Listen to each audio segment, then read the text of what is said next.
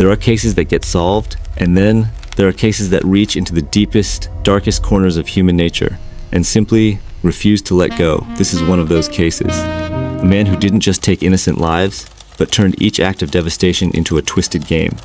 A game where he made the rules. A game where he controlled the board. A game where he was never caught.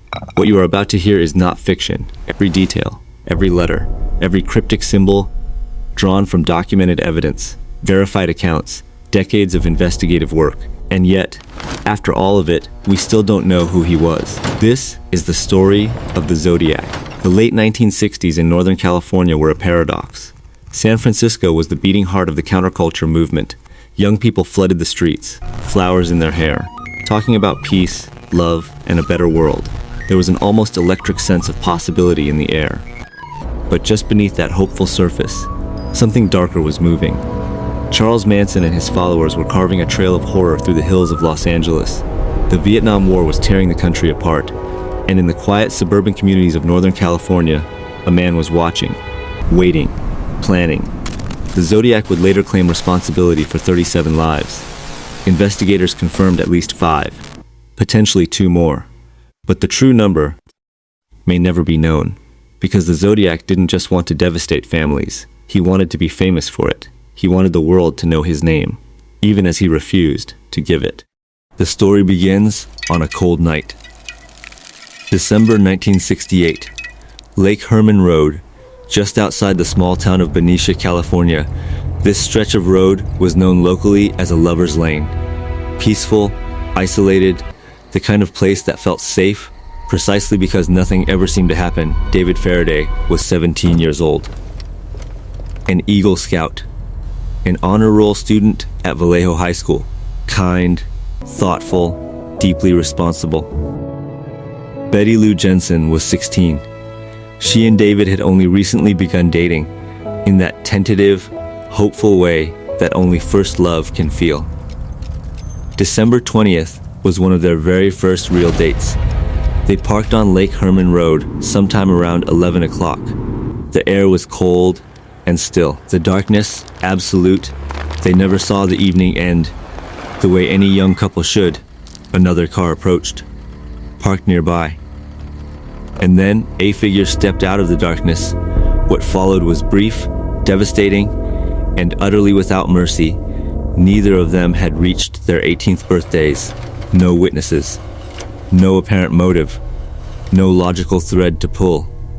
It appeared completely random, and that randomness was exactly what the perpetrator intended. 6 months passed, July 4th. 1969, Independence Day. A night of fireworks and celebrations across the country. In Vallejo, California, a young couple spent the evening at Blue Rock Springs Park. Michael Mageau was 19. A local young man, still figuring out who he was and where he was going. Darlene Ferrin was 22. A waitress, vivacious, full of life. A mother to a young daughter, she was someone's everything. The two parked in the lot at Blue Rock Springs after the fireworks died down. The park had mostly emptied. A few other cars scattered around. Who is that? The remnants of a holiday gathering slowly dissolving into the late night. At some point, another vehicle pulled into the lot and parked beside them. For a few minutes, nothing happened. Just a car, sitting in the darkness. And then, the driver's door opened. What followed was catastrophic. Darlene Ferrin's life was tragically cut short. Michael Mageau was left fighting for his, barely conscious, hovering at the very edge. Approximately 40 minutes later, the Vallejo Police Department received a phone call. The caller was a man. His voice was calm, almost relaxed, chillingly so. He told the dispatcher he wanted to report a double event at Blue Rock Springs Park. He gave the location. And then, before hanging up, he said something extraordinary. He claimed responsibility for the encounter on Lake Herman Road. The previous December, the call lasted only a few seconds, but it changed everything. This was no longer a random act of violence. This was a pattern. A person deliberately connecting his actions across time and geography. Reaching out to law enforcement, not out of remorse, not out of fear, but out of pride, the Zodiac had introduced himself. And then the letters began. August 1st, 1969, 3 nearly identical letters arrived simultaneously at 3 separate Bay Area newspapers.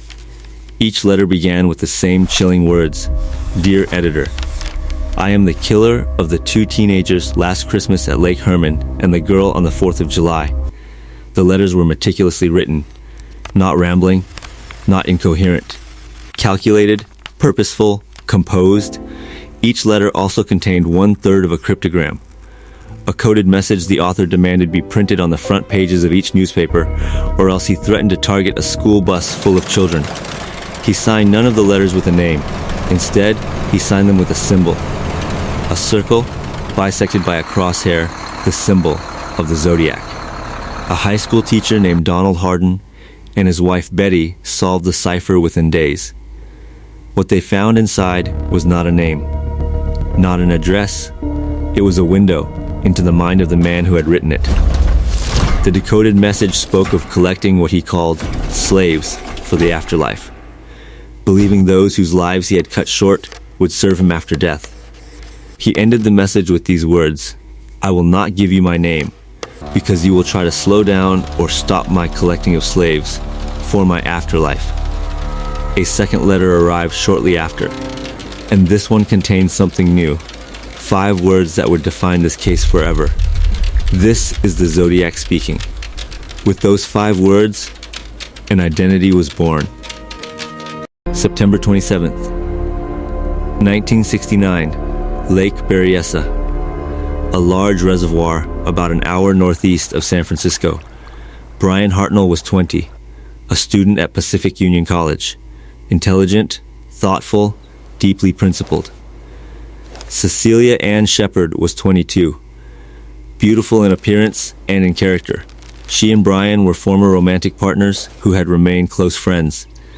They had spread a blanket near the water's edge and were simply talking when a figure emerged from the trees. He had covered his head and face with a dark hood. Sewn onto the front of that hood, the same crossed circle symbol that had appeared on the letters. He carried a length of rope and spoke with a calm, almost conversational tone that Brian Hartnell would later describe as deeply unsettling, not aggressive, not frantic. Controlled, he asked Brian to tie Cecilia up.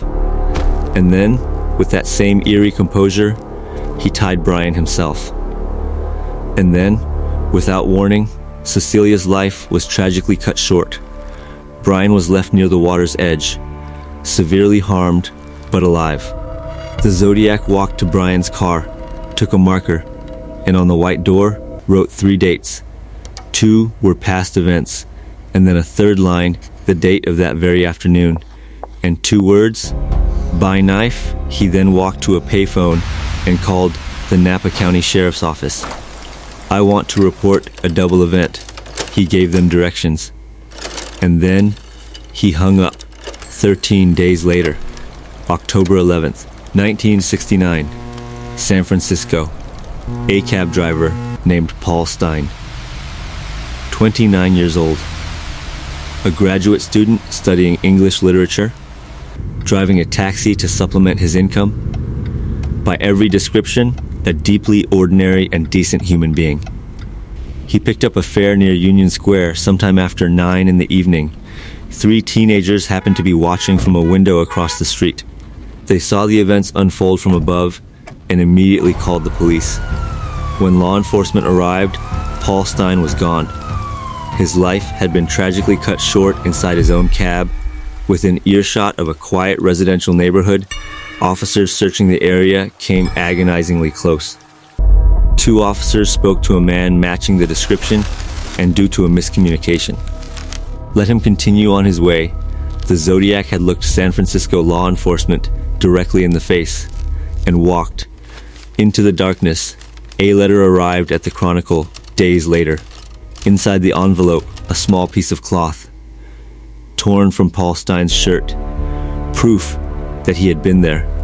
The letter taunted police, mocked their proximity to him that night, suggested he could take school children next. If he chose to, school districts considered suspending bus routes. Parents kept children home, Law enforcement increased patrols, and all of it was exactly what the Zodiac wanted. He wanted fear.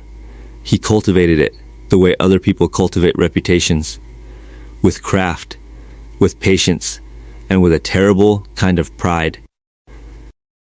Law enforcement at every level attempted to crack the case. The FBI, handwriting experts, linguistic analysts, dozens of suspects investigated over the decades. In 2021, a team of independent researchers announced they believed they had identified the Zodiac as a man named Gary Francis Post, a house painter, a former military man who had passed away in 2018. Law enforcement has not formally confirmed this identification. The case remains open. Another long-discussed name, Arthur Lee Allen, investigated extensively, interviewed multiple times. DNA analysis of stamps used on the letters did not match his profile. The question of identity remains, to this day, officially unanswered, the final cipher. A 340-character puzzle, mailed in November 1969, remained unsolved for over 50 years. In December 2020, a team of amateur codebreakers working across 3 countries cracked it. What was inside? No name, no address, no confession, just more taunting. I hope you are having lots of fun in trying to catch me. I am not afraid of the gas chamber, because it will send me to paradise. All the sooner. Even in his most encrypted communication, he gave nothing away. The last confirmed communication attributed to the Zodiac arrived in 1974. After that, silence. Did he stop? Did he pass away? Did he simply decide the game was no longer entertaining? We don't know. David Faraday at 17. Betty Lou Jensen at 16. They never saw their futures unfold. Darlene Farron's daughter grew up without her mother. Paul Stein's family has lived for more than 50 years with no justice. And somewhere, for every year that passed, every birthday, every ordinary Monday morning the rest of the world was allowed to have, the Zodiac, whoever he truly was, may have lived in plain sight, may have had neighbors, a job, a routine. People who knew him and never knew, that is perhaps the most unsettling thought of all. Not the cryptograms, not the letters, not even the acts themselves. The idea that a person can contain something that dark and carry it through a normal life. Invisible, the greatest mystery is not the cipher, it never was. The greatest mystery is the man.